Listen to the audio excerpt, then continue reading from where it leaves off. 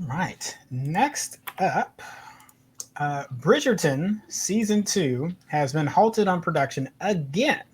This is the second Uh-oh. time in 1 week that they've had a positive COVID test, and they are filming over in UK, which apparently is getting more of the Hmm. Delta variant right now. So they've had to shut down production again. No word on who exactly had got contracted the virus. That really something we would probably push on anyway, unless we got a name. And I am already I didn't like this show, so I thought there's like some toxic stuff happening in this show that I really think they need to go back. Like this is like to me, it's go back to the drawing board toxic. Like you need to really oof. So them having I mean, I obviously feel for everyone on the cast. Go in So on it. Go in yeah, on it. Take a minute. Go in on them. I mean, we got before we before I launched into like that Shadow and Bone rant. This what had the ire. That's had my ire as the colorism problems, Hmm. um, and then just putting black people in royal like. So let's take the Hamilton example. I Hmm. can understand why some people get a little uncomfortable with having black people in those roles. Not from a how dare it's not historical. If that's your yeah, that's not what I'm talking about. Hmm. But you're still putting them in some of the positions of folks that were slave owners. So you're putting black people to like I I get that, but I think narratively they at least try to address it. Whether it's good enough for you, that's up to you. But they are aware of it to a point and they address it. This show is just not aware of those issues at all, Hmm. and that's my biggest. There's some like toxic relationship things happening there we get into on another time. But the biggest thing is like you don't understand why these optics aren't good. These are bad. Yeah, you're just like yeah, we're gonna put them in these places. It's like Hmm. so I Hmm. did 2 episodes. Uh, Lenny Fitness is saying, "Kenny, should I hate watch it?" I don't know if I wanted to Hate hate. watch it. I couldn't hate watch 2 episodes of it, so I don't know if you want to hate watch a whole season. I don't think you'd like that. Nah, I say no. Stuff that's bad, let it be bad and say it's bad and you know, chuck it into the ether.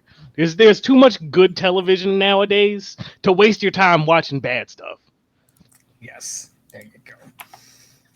What do we have? Um What's coming up next? Here we go. Marvel Studios had a meeting just to explain the multiverse rules. Um Feige said, and I quote, as you indicated before we started recording, the multiverse is coming up in a big way.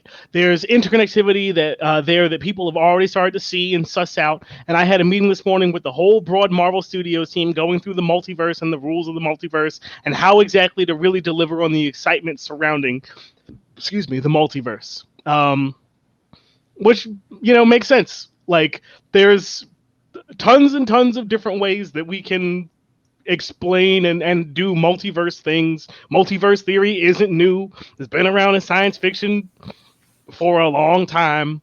So it but it is only beneficial to go through and say like, okay, cool. Here's how ours is going to work. Here's what you can do, and here's what you can't.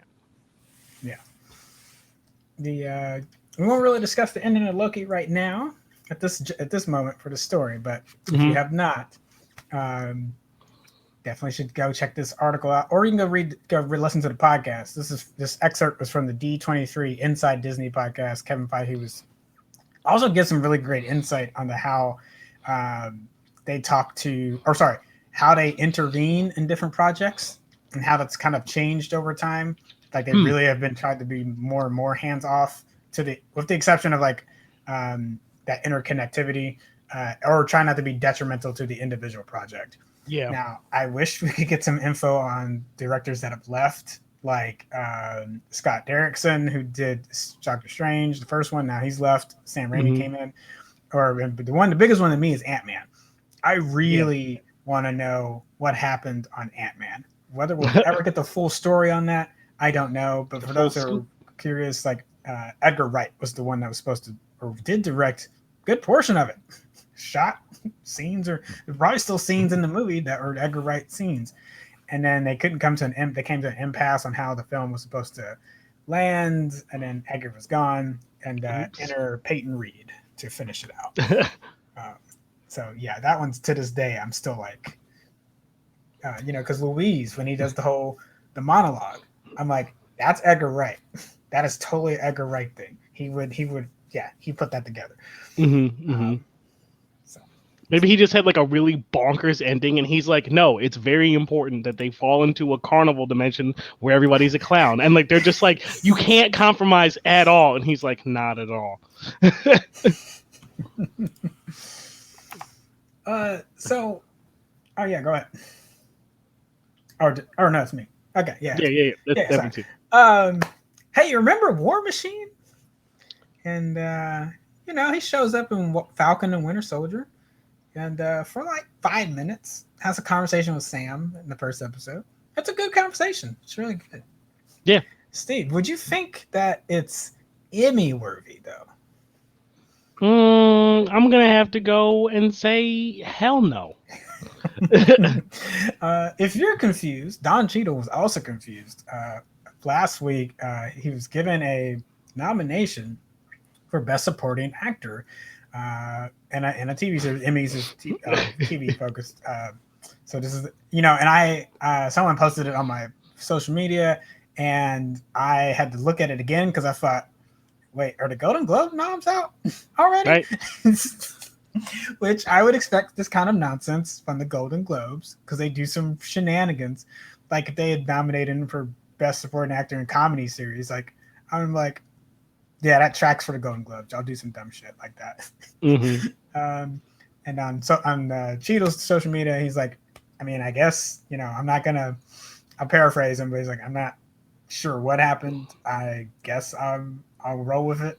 Yeah, he's just like, well, thanks. He's like, I don't know, but let's go.